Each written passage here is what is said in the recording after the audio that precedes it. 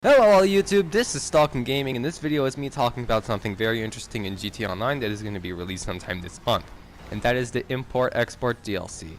Now I didn't know about this update until I got an email in my mailbox from Rockstar. Now I'm going to go over what it says. So pretty much this is a giant overhaul of the Simeon export cars that you get to do that gave you an insignificant amount of money upon completion. It also says that this is going to be an addition for CEOs, and obviously you have to go against the annoying police AI and any desperate griefers that choose to come after you. Now along with it came a bunch of pictures in order to give hints on what this DLC is going to be like. So I'm going to display each one on the screen and talk about them for a little bit. So in this first picture here, we got what seems to be a showroom of some kind.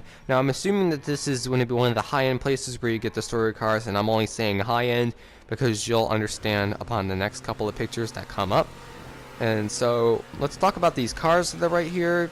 So that orange car that you see right in front, I'm pretty sure that that's going to be one of the new cars that are going to be released with this update, either right off the bat or later on, just like they did with the Pegassi Vortex and so forth. And to the left of that, that's followed by a blue Tyrus with the Fukaru livery that's already in the game, and some other cars that are already in it as well, with the Coquette Classic, the Enos Windsor, and the Baller LE.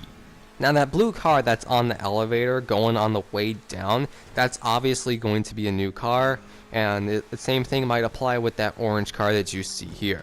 And on top of that blue car you see what happens to say 1B, so I'm assuming that's the level of the floor, despite it saying that you can store up to 60 cars in it.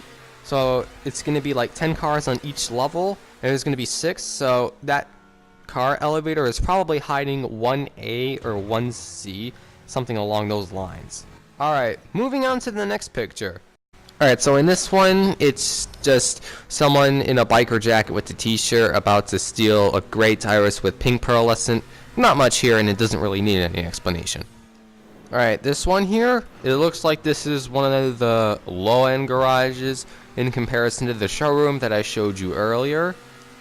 And here you see just a bunch of vehicles that are already in the game. Although the Sultan RS on the left has a special license plate that happens to spell Fidelity or something around that, which is getting me thinking that the stealable cars in this DLC will have custom license plates. So there isn't really much to see here, so we can move on.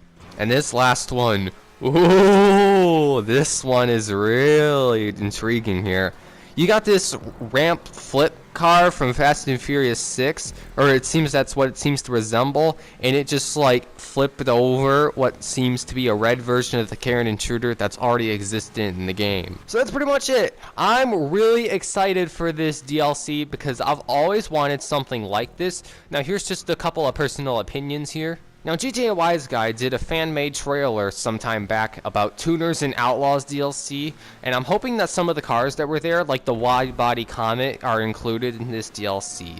That would be really great, just to have Rockstar know that they care about whatever their fans have to say about their game. Now with this cars that you have to steal, I'm wondering if they're gonna have like engine upgrades and turbos that are already installed, so I'm starting to think that this could be a really good opportunity for new players to test drive fully upgraded supercars, and if they like it they could just go out and pursue whatever they would like to buy.